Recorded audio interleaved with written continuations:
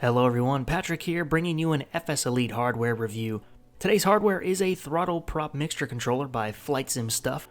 Years ago, it was easy to find a light aircraft style TPM at an entry-level price point, and today they're harder to find, and often when you do find one, the price is increased to what you would pay for a top-tier FAA approved component. And this of course is retailers and second-hand sellers taking advantage of the new surge of interest in flight simulation. But now there is hope in getting a hold of one for $200 and below. This is made possible by FlightSim Stuff. They offer handmade, 3D printed, plug-and-play USB controllers. At this time there are 3 variations available: a basic TPM mountable by M5 nuts, and a TPM with trim wheel and flaps lever. This model is mountable by M5 or clamp depending on which version you wish to purchase.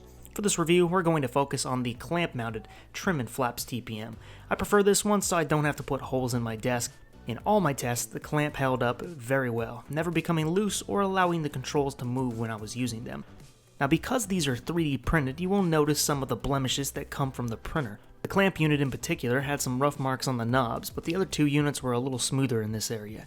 The curvature of the trim wheel housing has lines across the curve from the tiny layers that make the shape. This is mainly on the back side, so you won't really see it.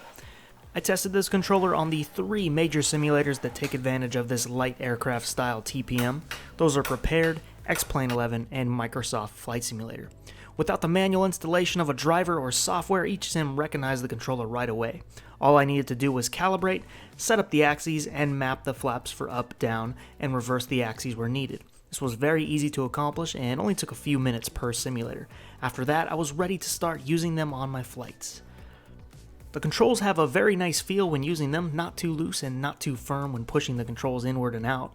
All 3 simulators responded great to the inputs. You can very finely adjust each control with the range of motion you have at hand with these. I didn't need to add any dead zones to the TPM axes. The trim wheel had a slight dead zone in each direction, a little more on the nose down than the nose up. When flying, this was not an issue. You're still able to reach both ends of the trim within the aircraft. It's just that the physical wheel has a little bit of range left after that point.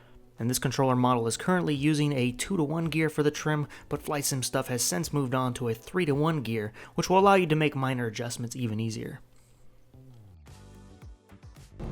Next, I want to demonstrate the controls in use. The bottom right corner is synced with the inputs in the simulator, and as I said earlier, I had nearly the same experience in all 3 sims, other than the trim range. But for this demonstration, we're going to focus on a touch and go with the Cessna 172 in Microsoft Flight Simulator. Now this model aircraft does not use a prop control, but the lever works all the same as the others do. The prop is mainly used during startup and when you want to feather it at cruise. The 3 main instruments you will see in use are the trim, throttle, and flaps. Now let's enter the runway and give them a try.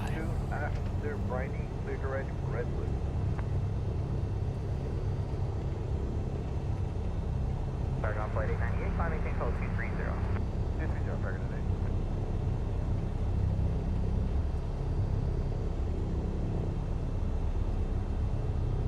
Center 15, open center. United 744, how's the flight? Pressure arrival. Flight 180. Flight 0, very nice.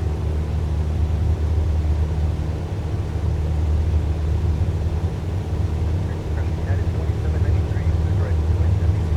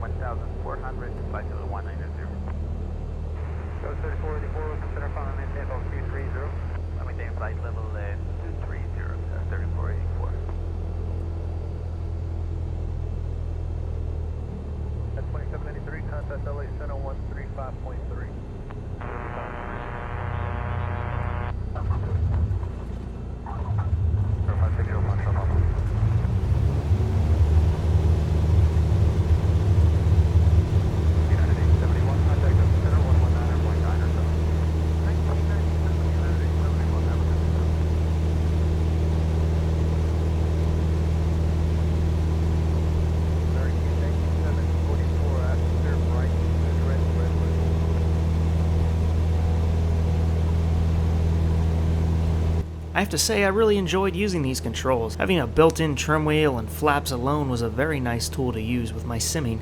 The setup was smooth and the controls were fantastic. If you fly light aircraft, you don't really know what you're missing until you try a setup like this. Things that are not deal breakers but would also be nice to have would be some toggle switches and maybe an extra USB port or two, but overall, this got the job done for me. To thank those who made it to the end of the video, we want to give you a chance to win one of the 2 M5 mounted TPMs, one with the flaps and trim and one without. Just leave us a comment below letting us know you made it this far. 1 week later, we'll raffle the names and get one sent out to you. Thanks for watching, everybody. You can follow us on Facebook, Instagram, and FSElite.net. Clear skies to you all, and see you next time.